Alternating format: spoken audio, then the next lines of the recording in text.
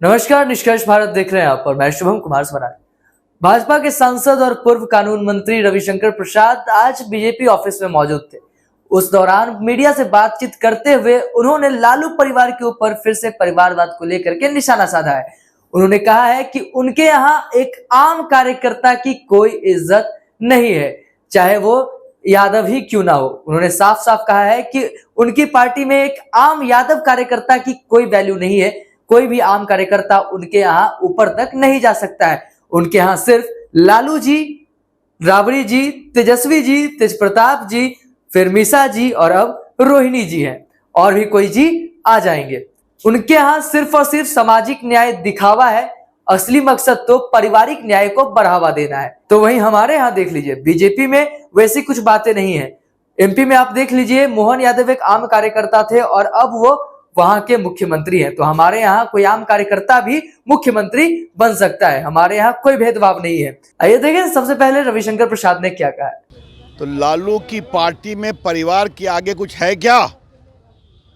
मैं तो खुलकर बता रहा हूं, उनकी पार्टी के एक साधारण गरीब यादव कार्यकर्ता या विधायक की कितनी पूछ है। हमारे यहाँ तो एक कार्यकर्ता मोहन यादव मुख्यमंत्री मध्य प्रदेश से बड़े प्रदेश का बन सकते हैं। वहाँ तो बस लालू जी, उसके बाद राबड़ी जी, फिर तेजस्वी जी, तेज प्रताप जी, मीसा जी, अब रोहिणी जी, अब फिर कोई जी आएगा। तो सामाजिक न्याय दिखावा है, परिवार न्याय उद्देश्य है। तो आपने सुना कि लालू परिवार के ऊपर परिवारवाद को लेकर के रविशंकर प्रसाद ने क्या कहा है। साथ साथ आगे उन्होंने लालू प्रसाद यादव और तेजस्वी यादव से ये सवाल भी पूछ दिए कि क्या आपको लगता है कि केंद्र में आपकी सरकार बनेगी, और अगर चलिए बन भी गई तो प्रधानमंत्री कौन होंगे। तो केंद्र में सरकार बनेगी नहीं बनेगी ये तक आपको नहीं पता, प्रधानमंत्री कौन होंगे ये तक नहीं आपको पता, तो फिर झूठे वादे क्यों करते हैं। तो जनता देखती है। लेकिन लालू जी, मैं आपसे एक सवाल पूछ रहा हूं ईमानदारी से, और तेजस्वी जी, आपकी सरकार दिल्ली में बनेगी क्या? ईमानदारी से बोलिएगा। और आपका प्रधानमंत्री कौन है? तो सरकार बनने वाली है नहीं, प्रधानमंत्री के उम्मीदवार का पता है नहीं, और लग रहे हैं बड़ी बड़ी बातें करने। धन्यवाद। एक सवाल और है कि अब लालू प्रसाद यादव भी जाएंगे प्रभु श्री राम का दर्शन करने के लिए। उनकी बेटी मीसा भारती ने ऐसा कहा है। अच्छी बात है भाई, प्रभु राम ने सद्बुद्धि बहुत दिन के बाद दी, जरूर जाएं। प्रभु राम तो सबके हैं, लेकिन प्रभु राम ये भी समझते हैं कि प्रभु राम की ईमानदारी से भक्ति कौन करता है और चुनावी भक्ति कौन करता है। आपके खिलाफ अभी तक कांग्रेस उम्मीदवार तय नहीं कर मैं भी खोज रहा हूं, आप लोग भी खोज दीजिए। धन्यवाद।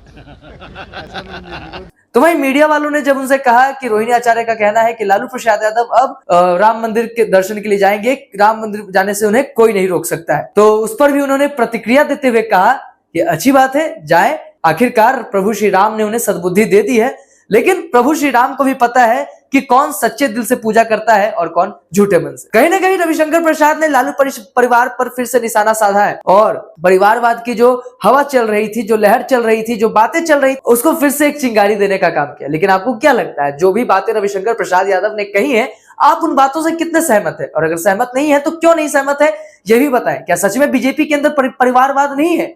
और अगर है तो थोड़ा हमें भी गाइड करें, ताकि हम भी आपको उनके ऊपर भी वीडियोस बना करके उनके परिवारवाद का भी खुलासा करें। क्योंकि अक्सर बीजेपी की तरफ से आरजेडी पर परिवारवाद का आरोप लगाया ही जाता है। लेकिन आपको क्या लगता है, आप अपनी राय कमेंट में जरूर बताएं और बने रहें निष्कर्ष भारत के साथ। खबर हमारी, निष्कर्ष आपका।